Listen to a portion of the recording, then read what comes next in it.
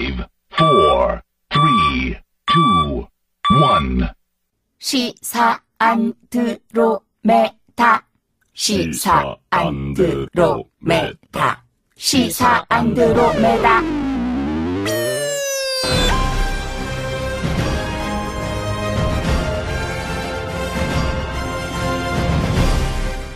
주파수 94.5MHz YTN 라디오 공식 팟캐스트 시사 안드로메다 49번째 방송 시작하겠습니다. 안녕하십니까. 저는 진행을 맡은 이동영 작가고요. 박준 변호사, 홍상 기자 나오셨습니다. 어서 오십시오. 네, 안녕하세요. 안녕하세요. 네, 새해가 이제 막 밝았습니다. 밝았네요. 네. 무술년 아닙니까? 무술년? 네. 개띠. 네. 어때요? 새해 뭐 바라는 거 있어요? 저는 그냥 건강했으면 좋겠어요. 지금 건강하잖아요. 돈 많이 벌면서. 지금도 돈 많이 벌잖아요. 뭐 뭘 더 벌으려고 그래요? 그냥 해봤어요. 욕심 많아요. 홍상희 기자는 꿈을 제가 알겠어요. 뭐예요? 홍상희 기자 승진 아니에요, 승진? 아, 기자들은 승진이 없어요. 없어요? 네, 없기 때문에 저는 시사 안드로메다 더 잘 됐으면 좋겠어요. 차장 대우 아니에요? 차장 대우예요. 네. 차장 대우 대우는 꼬리표 떼야 되잖아요. 저희 연식이 아직 안 됐어요. 아, 그렇습니다. 네, 좀더 차장, 있어야 돼요. 부장, 뭐 국장, 본부장 되는 거 아닙니까? 아, 그렇게 쉬우면요, 뭘. 저는 사고는 안 쳤으면 좋겠어요. 알겠습니다. 뭐 청취자 여러분들도 새해 소망하는 거 다 이루시길 바라고요. 시사 안드로메다의 새 운명은 어떻게 될까요? 글쎄, 뭐, 한 1년은 더 가지 않겠어요? 1년. 뭐, 새해 밝았으니까. YTN 사장도 새로 왔으니까. 아니, 저 시작할 때부터, 네. 오늘이 끝이구나 생각하면서 상상했는데, 네네. 한 해가 넘어가니까, 네. 한 해는 더 하겠다는 생각이 들어요. 아, 그렇습니까? 예. 그렇게 그런 정신으로 가면 아무 걱정이 없어요. 그죠? 맞아요. 뭐, 네, 그리고 오늘 새해를 맞아가지고 특별 초대 손님 두 분을 모셨습니다. 우선 더불어민주당 한반도경제통일위원회 오창석 부위원장 나왔습니다. 안녕하세요, 오창석입니다. 네, 뭐 이렇게 길어요? 직함이? 아, 직함이요? 네. 우리나라의 미래를 위해서. 무슨 얘기입니까? 쓸데없이 명함만 길게 준 거 아닙니까? 있어 보이려고요. 자, 반대편에 앉아계신 분, 젊은 보수 장해찬 시사평론가 나오셨습니다. 안녕하세요, 장혜찬입니다. 네, 요즘 보수 개멸 시대라고 좀 불리잖아요. 그렇죠. 그런데 젊은 보수로서 거기에 대해서 어떻게 생각하세요? 약간 저한테는 오히려 기회의 장이 열린 게 보수 괴멸의 시대가 되면서 예전에 종횡무진 활동하셨던 보수 패널 선배님들이 예. 뭐 이런 표현 죄송하지만 물갈이가 싹 되면서 제가 지금 열심히 물 들어올 때 노젓고 있는 상황이거든요. 일주일에 고정이 무려 3개입니다. 그렇기 때문에 보수의 괴멸 참 마음 아픈 일입니다만 예. 이왕 이렇게 된 거 세대 교체라도 제대로 해야 되지 않은가.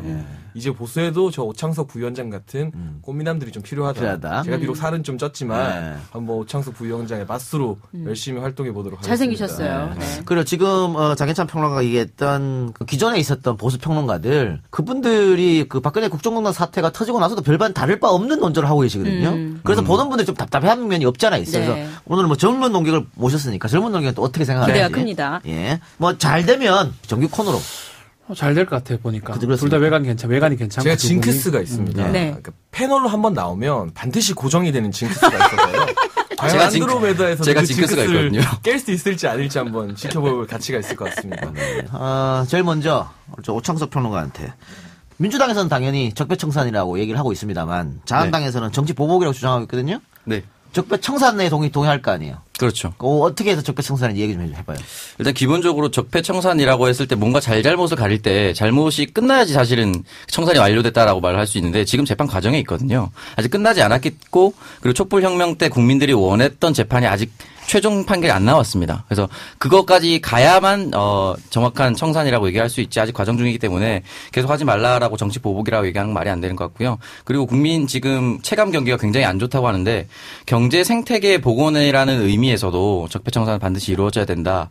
그렇게 대기업 총수들이 청와대로 우르르 몰려가서 경제 줄 세우기를 하고 그런 공정한 경제 생태계를 망가뜨리는 것 역시 적폐청산의 하나이기 때문에 아직까지 정치 보복이라고 하기에는 너무나도 정당한 과정을 걷고 있는 것 같습니다. 어떻게 정치 동의합니까? 보복이라 생각하지 않나요, 장해찬 평론가? 그러니까 저는 좀 정교화할 필요는 있다고 봐요. 이게 제가 참고로 뭐 자한당 입장에 동의하거나 당원도 아니기 때문에 그 정치 보복이라는 것만으로 이것을 거부할 수 없는데 잘못한 게 있으면 잡혀가야죠. 잘못한 사람도 잡혀가야 하는데 예를 들면 지금 조윤선 전 정무수석 구속영장이 이제 통과되지 않았죠. 풀려났죠. 그 김관진 전 국방부 장관 같은 경우도 구속 적부심 심사에서 일단은 풀려나서 법적인 다툼을 하게 됐습니다. 이 특검 같은 경우는 좀 다소 무리하게 구속영장 발부를 했다는 게 사법부의 판단을 통해서 증명이 된 셈이고요. 이런 부분에 있어서 보다 세밀하게 메스로 수술을 해야지 이것을 마치 뭐 다른 정치인도 썼던 표현인 것 같은데 싶은데 망치로 뭐 때리듯이 이렇게 하게 되면 그렇게 되면 적폐청산이 아니라 정치보복이라는 오해를 사도 할 말이 없다. 더더욱 정교하고 세심하게 해야 된다. 이렇게 네. 말하고 싶습니다. 자, 지금 장혜찬 평론가가 조윤선 영장 기각에 대해서 특검이 무리한 영장 청구 때문에 그렇다고 합니다. 변호사 가만히 있어요. 지금 변호사가 시켜야 될 때가 아니에요. 기분이 안 좋았어. 자, 얘기하세요. 자, 오창석 부위원장님, 네. 이거 어떻게 특검의 무리한 영장 청구 동의합니까? 근데 사실 이제 그게 국민의 감정이랑은 전혀 상반된 것이라서 동의할 수는 없고요. 근데 어떻게 사법부의 판단을 모두 존중해야 되냐? 그건 또 그러는 건 아닌 거라고 생각하거든요. 지금까지 영향을 미쳤던 사람들이 그대로 그 팀이 우병우도 사실은 아직까지도 지금 이제 구속이 됐지만 아직까지 끌었던 이유도 그 팀이 여전히 남아 있기 때문에 제대로 된 수사도 안 되고 제대로 된 재판도 안 됐다라고 얘기하는 거죠. 조윤선이 기각이 됐다고 해서 그것이 모든가를 존중받아야 된다라는 건 좀 말이 안 맞지 않나. 예. 자, 그럼 여기서 법률 전문가의 한번 이야기를 한번 참 두 들어봅시다. 분 좀 젊은 평론가들 싸우는데 끼기 뭐 하긴 한데 예. 그 저는 조윤선 전 장관의 영장 기각이 많이 이해가 안 되는 측면이 네. 너무 많아요. 예. 왜냐하면 부하 허연준 전 행정관이 들어갔어요. 예, 구속됐죠. 그 사람이 들어갔는데 위에 사람이 안 들어가는 것도 맞지 않고요. 블랙리스트 사건에서 지금 진술이 지금 번복되고 있거든요. 그렇습니다. 박준우 전 장관, 네. 전 수석 그런 것도 있고 여러모로 봤을 때 특활비 부분도 국정원장들이 다 구속이 됐는데 저는 사실 납득이 안 됩니다. 저도 판사도 했고 군 판사를 제가 하면서 영장을 내는 거는 과거보다는 미래도 봐야 되거든요. 과연 이 수사가 지금 종결된 것도 아니고 진행 과정인데 판사가 여기서 끊으려면 확실한 어떤 이유가 있어야 되는데 저는 그게 잘 안 보여요. 그렇다면 이게 검찰 쪽 문제도 있을 수도 있지만 전 법원에도 문제가 있다고 생각도 듭니다. 그건 확실히 제가 말하기는 어렵지만 법원 측 문제가 있다 그러면 장혜찬 평론가 얘기한 것처럼 검찰이 정교하게 메스를 못 댄다는 건 조금 저는 말이 맞지 않지 않다 생각이 듭니다. 자, 이 전문 법률가 얘기 들어봤습니다만 저도 시사평론가 타이틀 달고 있는 사람으로서 저도 사실 이해가 안 가 이거. 왜냐하면 조윤선 전 장관이 지금 특가법상 뇌물죄 혐의가 하나 있고 그렇죠. 또 하나는 화이트리스트 혐의예요. 네. 근데 화이트리스트 혐의는 박병 말처럼 그 밑에 사람이 똑같은 죄로 들어갔어요. 근데 위에 사람이 안 들어간다는 게 이해가 안 되는 거고 특가법상 뇌물 같은 경우는 일단 본인도 받았다고 인정을 합니다. 5천만 원 받았지만 네. 그건 관행이었다라고 지금 빠져나가는 거거든요. 근데 어쨌든 본인 받았잖아. 그 받은 점, 요 점하고 또 하나는 이 법원에서 영장을 기각하면서 증거인멸의 우려가 없다라고 얘기했는데 이것도 마찬가지다. 박 PD 아까 얘기한 것처럼 1심에서 증언한 사람이 2심에서 블랙리스트 관련 번복을 했는데 번복을 했던 이유 그러니까 1심에서 거짓말한 이유가 뭐냐면 다른 수석들 청와대에 있었던 정무수석들이 그렇게 말하지 말라고 회유했다는 거거든. 그렇다면은 증거인멸의 우려가 있다는 거잖아요. 그럼에도 불구하고 이걸 다 포함했는데 이렇게 했다는 건 이해가 안 가는 거예요. 자 그러면 우리 저 법률 전문가 정통 시사평론가 예. 반박해 보세요. 약간 저를 괴롭히려고 세팅한 전혀 그렇지 않아요. 갑자기 집에 가고 싶어지는데요. 저 같은 경우 뭐 법리적인 해석을 하면 사실 변호사분들이나 검사, 판사분들마다 다 다른 이야기가 나올 수 있고 우리가 뭐 사법부의 판단을 100% 신뢰할 수는 없지만 기본적으로 그런 아쉬움이 있습니다. 정치권이나 언론에서 내 입맛에 맞는 판결 사법부의 판단은 존중하고 내 입맛에 안 맞는 판결은 약간 적폐라고 몰아가는 그런 분위기에 대해서 우려하는 게 있고 얼마 전 강모 판사가 김관진 전 국방부 장관을 구속 적부심에서 풀어주면서 논란이 됐었는데 그분이 사실은 알고 보니까 박근혜 전 대통령이나 이재용 부회장에게 구속영장을 발부했던 판사였던 걸로 알려졌습니다. 예. 그렇기 때문에 우리가 사법부가 어떤 정치 성향을 가지고 판결을 내릴 거라는 것도 그동안의 정치권과 언론이 만들어놓은 편견일 수 있고요. 중요한 것은 구속이 되느냐 안 되느냐가 이 사람이 유죄인가 무죄인가를 결정짓는 건 아니잖아요. 구속이 안 된 상태에서 얼마든지 유죄 판결을 받을 수 있기 때문에 기본적으로 좀 지식인들이라면 사법부의 판단에 대해서는 존중하는 방향을 끌고 가야 이 사회가 좀 덜 흔들거리고 덜 삐그덕거리지 않을까 그런 생각을 하는 겁니다. 장혜찬 평론가님한테 제가 좀 여쭤보고 싶은 게 지금 언론이 만들어 놓은 편견이라는 얘기를 하셨어요. 언론이 굉장히 편협한 아니면 한쪽으로 치우친 보도를 하고 있다고 생각하시는 거예요? 아니요. 저는 그렇지는 않은데요. 판단을 다루는 부분에 있어서 특히 법원을 판단을 다루는 부분에 있어서 좀 쉽게 말하면 이런 법률 전문가분도 계시고 한데 좀 피상적으로 구속이 됐다 안 됐다만 가지고 이 사람이 마치 판사의 실명을 보도하면서 그 사람의 어떤 이제까지의 레퍼런스라고 하죠. 어떤 판결을 내렸는지를 자세히 보도하지 않음으로써 그것을 언론 보도를 보는 국민들로 하여금 이 사람은 적폐 판사구나. 또 누구를 구속시키면 이 사람은 좀 민주판사구나 이런 식의 교묘한 착시 현상을 일으킬 수 있는 단편적인 보도들에 대해서는 좀 아쉬운 부분이 있는데요. 기본적으로 저는 최근 불거지는 기레기 프레임에 전혀 동의하지 않고 우리 기자님들 사랑하기 때문에 뭐 다만 그런 아쉬움이 조금 있다는 부분을 말씀드립니다. 알겠습니다. 자, 얼마 전에 이철희 의원이 문서를 하나 공개했는데 김관진 장관이 직접 사인을 했더라고요. 그렇죠. 그러니까 국방부가 총선 전에 선거에 적극 개입하는 거. 이거 김관진 장관 직접 사인이 있고 또 대통령한테 보고됐다는 얘기까지 흘러나오고 있습니다. 이렇게 되면은 김관진 전 장관도 역시 이 부분에 다시 수사를 해야 된다. 얘기도 그러니까 있고. 김관진 전 장관도 적부심을 통해서 나왔는데 그걸 했던 판사가 이제 신광열 수석부장입니다. 네. 신광열 수석부장이 이번에 우병우를 맡기로 했다가 원래 연손 동기고 이러니까 빠졌거든요. 그러니까 그 부분도 그래요. 뭐 분명히 저는 변호사고 저도 법조인이기 때문에 법원의 판단은 존중한다는 기본 어떤 마음을 갖고 접근하는데 글쎄요, 이게 사람 판사마다 달라진다는 거는 사실 쉽게 납득하기 어렵거든요. 지금 말한 것처럼 김관진 전 장관을 그렇게 풀어줬을 때 무슨 이득이 있을 거며 본인한테도 득될 게 사실 없다고요. 만약 지금 이 상황이라면 누가 봐도 증거는 확실한 상황이거든요. 그래서 저는 이게 과연 판사가 판단할 때 약간 좀 객관화해서 판단을 해주는 게 오히려 맞지 않나라는 생각이 듭니다. 네. 자, 그러면 여기서 우리가 뭐 평가는 뭐 따로 제쳐두고요. 어떻게 오창석 부위원장은 결국은 이명박 전 대통령이 법의 심판을 받을 거라고 봅니까? 어떻게 봅니까? 우리 예측 한번 해봅시다. 똑같이. 우리 장기찬 평론가한테 기회를 드릴게요. 2018년에 네. 결국엔 한번 등장하지 않을까요? 근데 이제 말씀드렸다시피 유죄인지 무죄인지까지는 사실은 잘 모르겠어요. 워낙 악마는 디테일에 강하다라는 말씀을 많이 듣고 계신 분이라 유죄인지 무죄인지까지는 어떻게 갈지 모르겠지만 결국은 한번 나와서 조사를 받는 과정까지는 연초에 이루어지지 않을까 그렇게 생각하고 있습니다. 네. 저도 조사는 받을 것 같습니다. 뭐 참고인 조사든 아니면 피고인 조사든 조사까지는 받을 것 같은데 구속을 당할 만한 또는 유죄 판결을 당할 만한 증거를 남겨놨을까 만약 잘못을 했다면 각하가 그렇게 허술한 분이 아니라고 생각하기 때문에 유죄 판결에 대해서는 좀 어려움이 있지 않을까 전망해 봅니다. 지금 다스가 장난이 아니에요. 지금 네. 보니까. 다스는 아마 검찰도 좀 수사를 한다고 얘기를 하고 있고요. 모 방송국에서 시사 3, 4%에서 보도가 됐죠.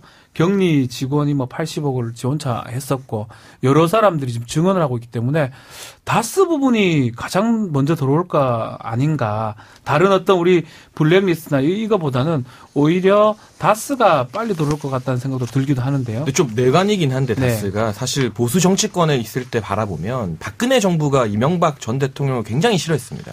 다 아시겠지만 어떻게든 엮어서 사실 검찰 포토라인에 세우려는 시도를 많이 했습니다. 4대강 감사 같은 경우도 박근혜 정부 때도 실시했었던 것이고요. 다스에 대해서도 박근혜 정부에서 충분히 사실 국정원을 사유화했다는 게 여러 가지 정황 증거로 드러나고 있는데 거기서 팠는데 나오지 않았는데 다시 판다고 뭔가 또 새로운 결정적인 증거가 나올까 하는 부분에 있어서 제가 이 박근혜 대통령과 이명박 전 대통령의 사이가 나쁜 걸 누구보다 잘 알기 때문에 그 부분 조금 회의적으로 바라보고 있습니다. 요거 박근혜와 이명박을 갈라치기 하는 것처럼 보이는데. 자, 여기 반론이 있어야죠, 이거. 근데 사실은 이제 뭐 행정부 권력이랑 사법부 권력을 누가 장악했는지는 좀 다르다고 저는 생각해요. 이명박 정권에서만큼 박근혜 정권이 사법부나 검찰 권력을 확 휘잡고 있었다고 저는 생각하진 않거든요.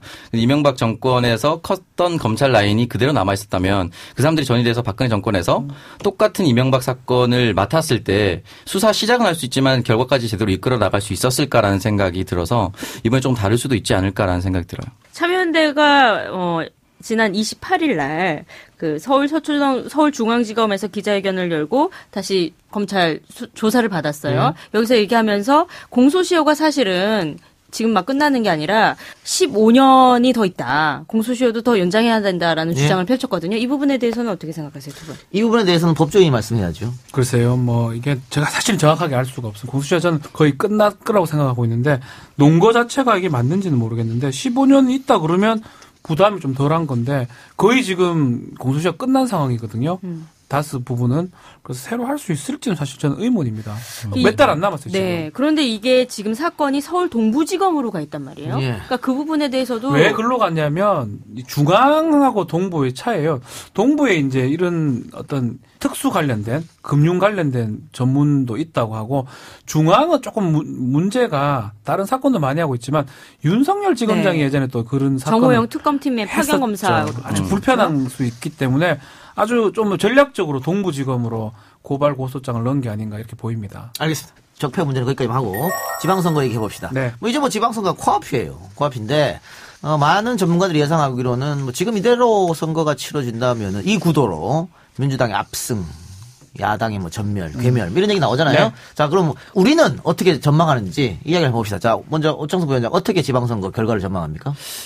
사실은 지금 이제 더불어민주당이 갑자기 있는 집이 되면서 굉장히 호재를 많이 만나고 있죠. 그리고 후보도 굉장히 많이 몰려들어 있고 탈당해서 민주당으로 오시는 분들도 굉장히 많아요. 근데 다만 좀 걱정되는 부분이 너무 일찍 축포를 터뜨려서 당연히 이길 거라고 준비하는 것들이 혹시나 나올까 봐 좀 걱정이 돼요. 예를 들면 이게 무슨 말이냐면 예비 경선 과정에서 국민들한테 보여주지 말아야 할 안 좋은 사태가 발생한다든지 불복을 한다든지 이런 것들이 나왔을 때 쉽게 낙관할 수는 없다. 다만 지금까지 봤을 때는 아마 역대 가장 큰 승리를 할 수 있는 조건이 됐다라고 생각합니다. 몇 대 몇?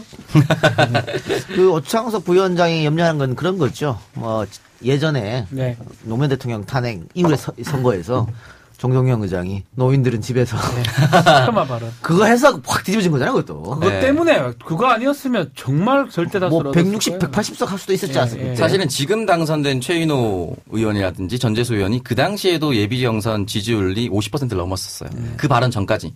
만약에 그 발언이 없었다면 또는 그 발언하고 언론에서 큰 이슈가 안 됐더라면 그때 아마 부산에서도 민주당 의원이 탄생했을 수도 있었는데 그러한 이제 똥볼 때문에 이제 크게 엎질러졌죠. 지상파 방송에서 발언 조심하게 좀 해주시기 바랍니다. 아, 죄송합니다. 네. 저는 두 가지 측면에서 보고 싶어요. 우선 총선과 다르게 지방선거 같은 경우 전체적인 흐름보다는 그 지역별 이슈가 더 중요하게 부각되는 부분이 있습니다.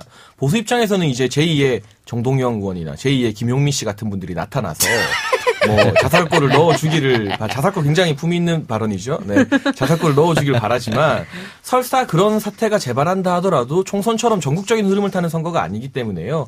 지역에서 누구를 내세우냐에 따라서 민주당이 승리할 가능성이 더 높습니다. 그러나 오창석 부위원장 말씀처럼 샴페인을 너무 일찍 터뜨리지만 않으면 되는데 이 샴페인을 너무 일찍 터뜨린다는 거. 지금 부산 정가에서 예를 들면 오고돈 전 해양수산부 장관이 나오게 되면 보수 세력 단일 후보로 누가 나와도 오고돈 후보가 압승한다는 여러 관측들이 나오고 있습니다. 그러나 지금 이 삼철 중에 한 명이죠. 이호철 씨가 정경진 전 부산 부시장을 밀고 있다고 뭐 정가에서 소문이 파다하게 퍼져 있습니다. 사실 부산 시민들 입장에서는 정경진 전 부산 부시장 누군지 잘 모르는 인물입니다. 약간 욕심을 내는 것 같아요. 그냥 오고돈을 받으면 압승할 수 있는데 이 분위기에서는 누구를 내도 이기니까 좀 더 친문에 가까운 사람들 내보내는 거다. 경기도지사 같은 경우도 이재명 씨랑 나오면 그냥 이기는 확률이 높잖아요. 그런데 뭐 전해철 의원 같은 경우 등판 가능성이 높아지고 있고, 네, 뭐 김현미 국토부 장관 같은 경우도 출마할 거라는 하마평에 오르내리고 있는데요. 이렇게 미리 누가 나와도 민주당이 된다는 전제하에 너무 샴페인을 일찍 터뜨려 버리게 되면 국민들 입장에서 좀 거만한 걸로 보이게 되고 그렇게 되면 또 의외의 결과가 나올 수 있기 때문에 순리대로 가면 민주당의 압승이다. 그러나 샴페인을 너무 일찍 터뜨리지 말라 이런 말씀드리고 싶습니다. 조금 우리 장혜찬 평론가 좀 뉘앙스가 좀 일찍 터뜨렸으면 터뜨려주길 바라네. 사고 치길 기다리는 것 같은데. 아, 뭐 샴페인을 뭐 터뜨리고 싶으면 터뜨려야죠 사실은. 뭐. 아니, 그러나, 그거야 네. 뭐 당내 경선이라는 그 중간 과정이 있으니까 아무 민주당에서 뭐 잘 하리라고 보고. 자, 그러면 우리 세세하게 한번 들어가 볼까요?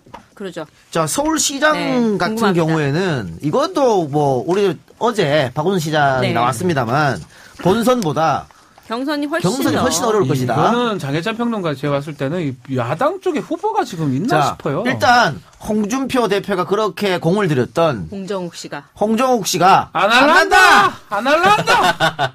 저는 좀 아쉬워요. 나는 제가 7막 7장이나 쓸란다! 2년 전부터 홍정욱 씨에 대해서 전 의원에 대해서 보수의 히든카드라고 네. 말하고 다녔는데 사실 상식적으로는 안 나오는 게 맞습니다. 네. 지금 자유한국당 상황이 너무 안 좋고 홍준표 영입 인사라는 꼬리표가 영원히 따라붙을 수 있기 때문에 안 나오는 게 맞는데 큰 정치인이 되려면 위기 상황에서 하이 리스크 하이 리턴 위험이 클 때 들어와야 더 많은 성과를 거둘 수 있는 거 아니겠습니까?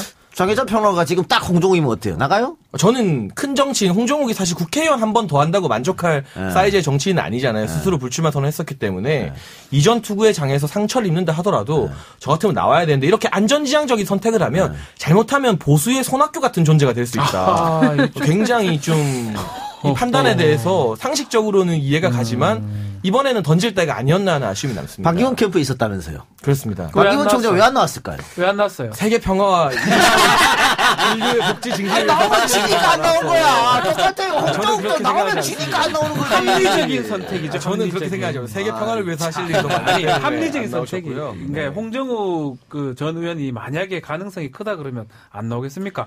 가능성이 아마 6개월이 지나고 1년이 지나도 안 된다고 판단하지 않았을까 생각도 그리고 드는데요. 홍정욱 전 의원 같은 경우에는 지금까지 이미 좋게 쌓았잖아요. 그런데 나와가지고 굉장히 세게 또 검증을 두드려 맞을 거예요. 맞아요. 그게 또 부담일 수가 있어요. 그러니까 본인은 예전에는 국회의원 할 때는 아니었던 언론사가 지금 하나 소유하고 있죠. 뭐 병역 문제도 있죠. 이런 게 분명히 검증이 세게 들어가면 힘들다고. 그런 부분이 있었을 것이다 보고. 자, 어쨌든 그러면은 지금 자유한국당 같은 경우에는 뭐 바른정당도 마찬가지고 후보군이 거의 안 보입니다. 그러면 원사이드 게임으로 흐를 수가 있다고 보는데 그래서 중요한 것이 민주당 내 경선이에요. 지금 민주당 내 경선 보면 뭐 이게 또 알려드립니다. 여론조사 업체 조앤시안의 의뢰 시안 조사 2017년 23 뭐예요? 다시 합니다. 2017년 12월 23일부터 25일까지 서울시 거주성인 남녀 801명을 대상으로 ARS 여론조사를 했습니다. 응답률 3.2%, 표본오차 95%, 신뢰수준 플러스 마이너스 3.5%. 자세한 내용은 중앙선거 여론조사심의회 홈페이지 참조해주세요. 내년부터 저거 이거 안 했으면 좋겠어요. 자, 어쨌든 이런 내용을 보면 여론조사를 보면 박원순 시장이 35.4%로 단연 1등. 네. 2등이 박영선 10.1. 3등이 정청래 7.0. 7.0. 정청래는 늦게 뛰어들었는데 상당한 거고요. 상당하죠. 임종석 6.5. 임종석은 나간다고 말도 안 했는데 네, 6.5. 우상호 3.3. 민병두 3.1. 전현희 2.4. 이렇게 돼 있습니다. 장해찬 평론가는 어떻게 보세요? 경선 만약에 하면. 근데 지금은 아직 친문 세력들이라고 하죠. 이 예. 민주당의 주류 지지자들 아닙니까? 예. 이분들의 마음이 하나로 정해지지 않은 것 같아요. 네. 나중에 뭐 추미애 당대표도 등판설이 모락모락 나오고 있고 임종석 비서실장 같은 경우 전남지사 아니면 서울시장 나온다는 이야기가 있는데 정리가 돼서 친문 단일 후보 형성이 되면 박원순 시장의 대중적 지지도가 아무리 높다 하더라도 이미 재선을 했기 때문에 약간 피로감이 듭니다. 네. 그리고 이 서울로를 또 거하게 실패하셨기 때문에 네. 이 부분에 있어서 친문들의 민심이 결집되면 당내 경선 충분히 친문 후보로 뒤바뀔 가능성이 있다고 봅니다. 뭐 그런 평론은 누구나 다 하는 거고요. 그래서 지금 예측하는 거잖아요. 그렇게 두루뭉실하게 하지 말고 딱 말씀을 좀 해보세요. 틀리면 되게 민망할 것 같아요. 괜찮아요. 다 잊어버려요. 6월달쯤 가면. 임종석이냐 정청래냐 묻는 거예요. 저는 일단 정청래 의원은 생각을 안 하고 있고요. 어허, 예. 뭐 임종석 비서실장 나온다면 이길 확률이 높다고 봅니다. 당내 경선에서. 네. 박 시장을. 네, 네. 알겠습니다. 자, 어쩌서 보여드죠. 사실 저도 조심스러운데 네. 저도 당내 경선이 누가 나오더라도 단일화만 된다면 아마 바뀔 가능성이 높다고 생각합니다. 네.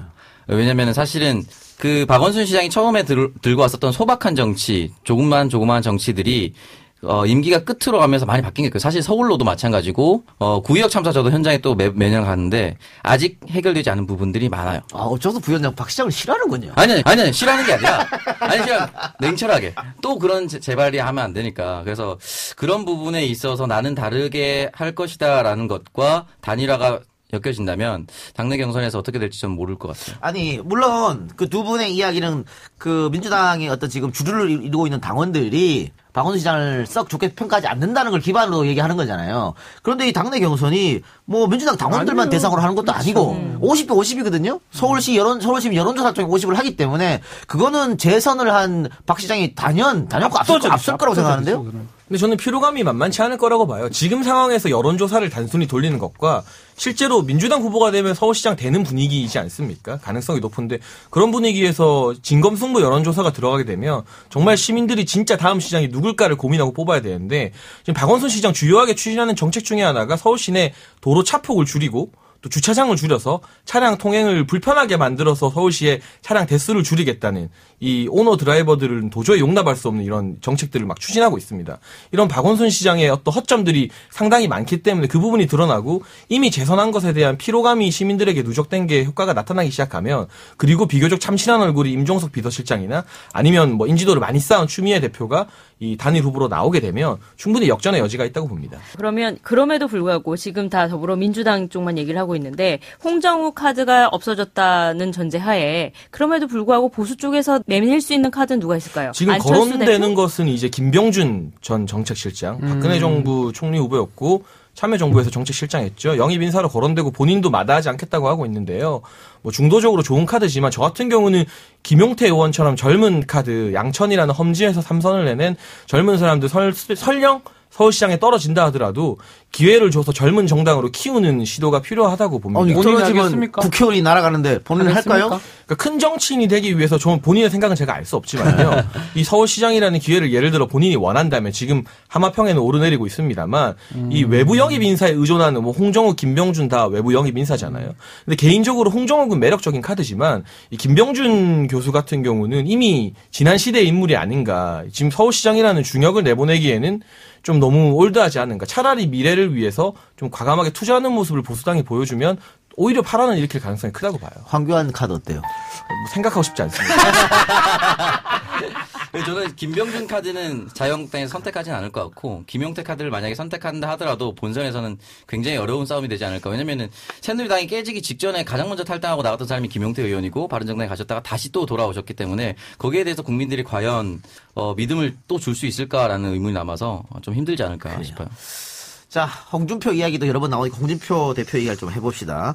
홍준표 대표가 일단은 면죄부를 받았습니다. 무죄가 네. 났기 때문에. 천만다행이죠. 그런데 천만다행입니까? 본인 입장에서 본인 천만다행. 입장에서. 근데 무죄가 나고 나서 갑자기 증거라고 할 수 있죠. 척당불기라는 액자. 네. 이게 이제 돈을 줬다는 사람이 대표실에서 그걸 봤다는 거잖아요. 네. 근데 그런 거 아니었는데 했는데 재판이 끝나고 나서 동영상이 이 동영상이 나왔어요. 나왔어요. 그래서 네. 지금 굉장히 곤란한 지경에 홍 대표가 놓여 있는데 이게 발견됐어. 어쨌든 이제는 기판력이고 확정돼버렸기 끝났잖아요. 때문에 일사부재리 원칙에 의해서. 더 이상은 할 수가 없죠. 안 되는 건데 어쨌든 홍준표 대표가 어쨌든 6개월 동안 이제 지방선까지 계속 홍준표로 끌고 갈 거 아닙니까?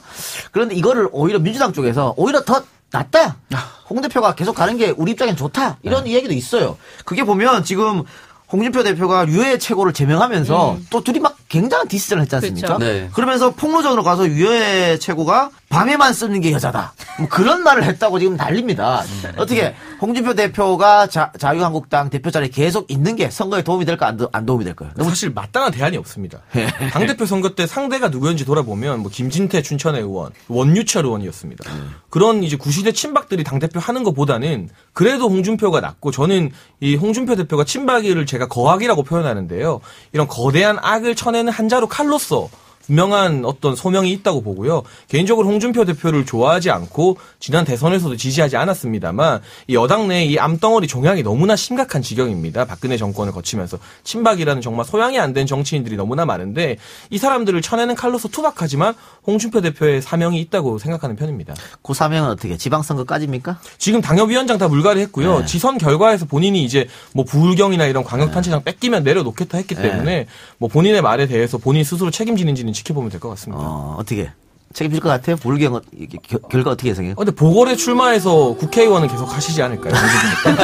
본인이 안 나간다고 알겠지만. 그랬는데 그거는 그래도 뭐 사람 마음이란 게 또 금배지 또 예쁘잖아요. 그러니까 보궐에 출마해서 조금 말 뒤집네요. 의원을 할 가능성은 있다고 말을 봅니다. 너무 뒤집는데 그러면은 지금 예. 왜 전 최고위원하고 두 사람 하는 모습은 어때 보입니까? 보수로서. 뭐 주막집 아줌마 뭐 그러고. 그러니까 이게 잘 보셔야 되는 게 이 유여의 전 최고위원과의 다툼을 예전처럼 친박 비박의 개파 싸움으로 보는 국민들은 없습니다. 사실 유여의 전 최고위원 자체가 최고위원이 되면 안 되는 결격사유가 있는 사람이었는데요.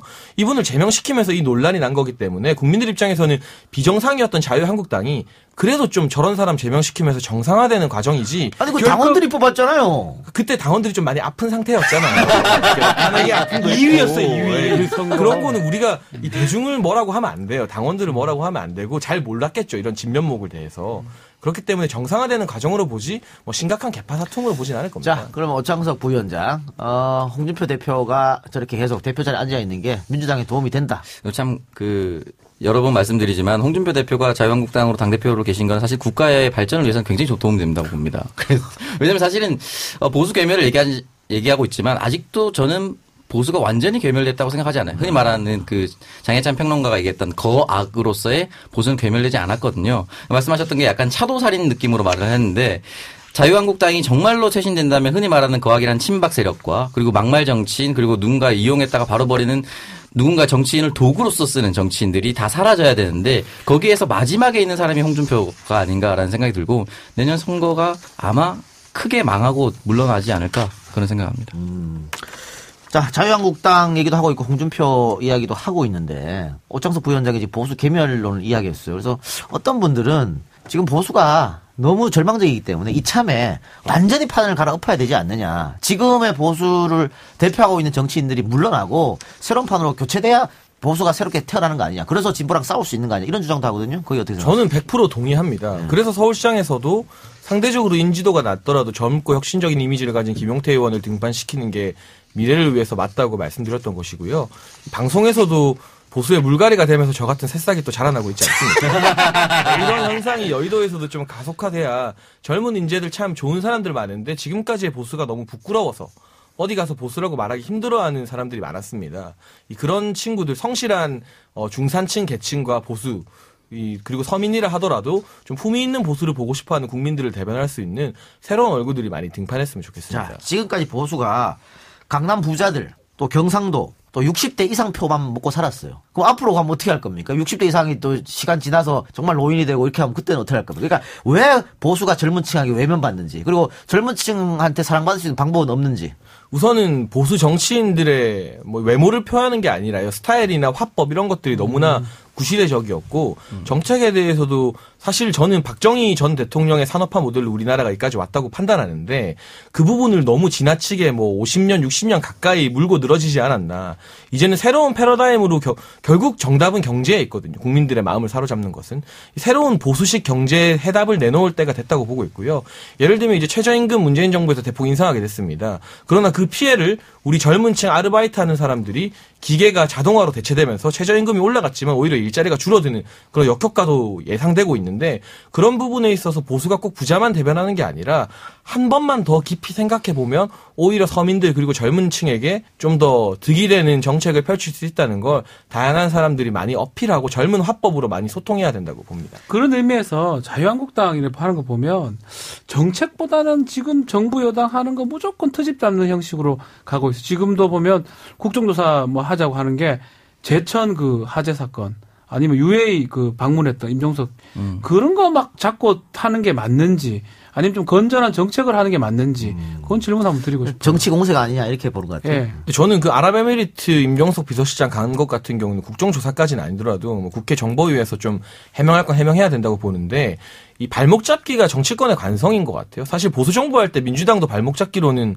굉장히 아니, 민주당은 좀 지지 잡아도 않았었잖아요. 이런 말도 그렇지만 아니 이거 좀 제가 어폐가 있을 수도 있지만 진보 쪽에서는 조금 잡는 게 맞는데 보수에서 잡는 게 모양이 엄청 어색해요. 제가 그걸 못 봐서 그런지 잡아도 좀 굵직하게 잡든지 조금 너무 좀 세심하다 해야 되나?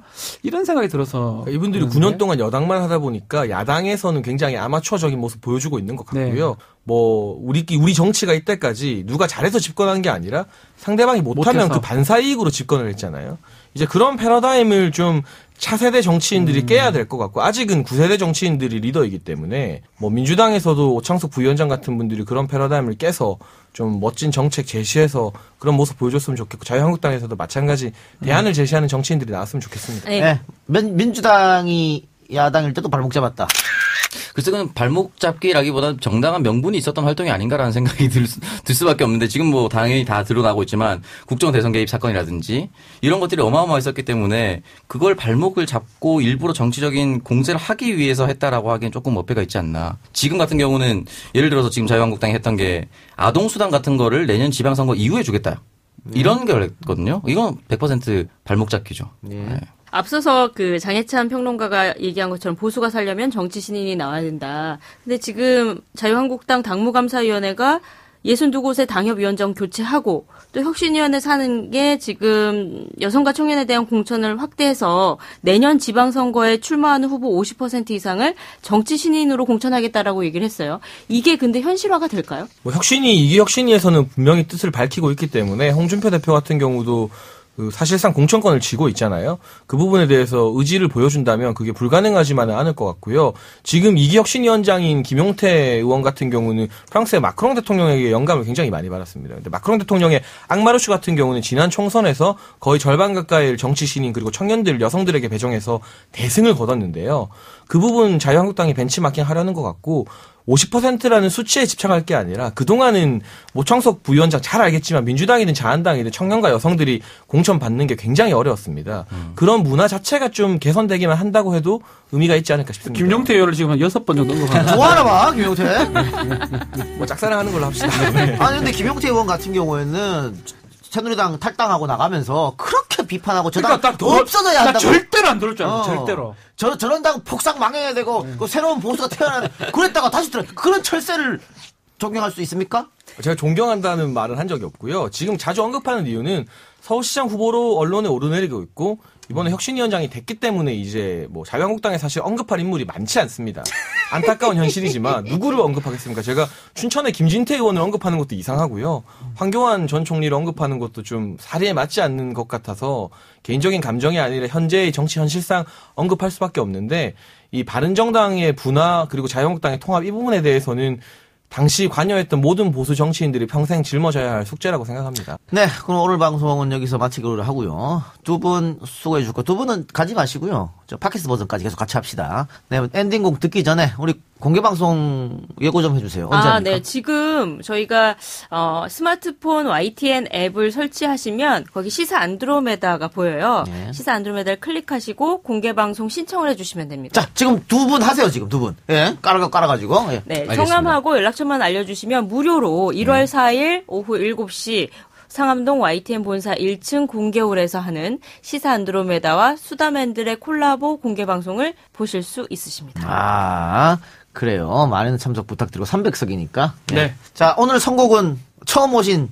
장혜찬 씨가 해주는 걸로. 듣고 싶은 노래 선곡 하나 해주시기 바랍니다. 저는 얼마 전에 나왔던 신곡인데요. 영국 가수 에드 시런의 퍼펙트 선곡하겠습니다. 선곡 이유는요? 시사 안드로메다가 정말 퍼펙트한 방송이기 때문에 야, 퍼펙트로 선곡하도록 네. 하겠습니다. 자, 퍼펙트 들으면서 저희는 다음 주에 네. 공개 방송에서 뵙는 겁니까? 네, 그럼? 공개 방송에서 뵙는 거예요. 네, 공개 방송에서 뵙도록 하겠습니다. 들어주신 여러분 대단히 감사하고 새해 모쪼록 좋은 일만 새해 있기를 복 바랍니다. 많이 받으십시오. 건강하세요. 네, 고맙습니다. 감사합니다. 감사합니다. 감사합니다.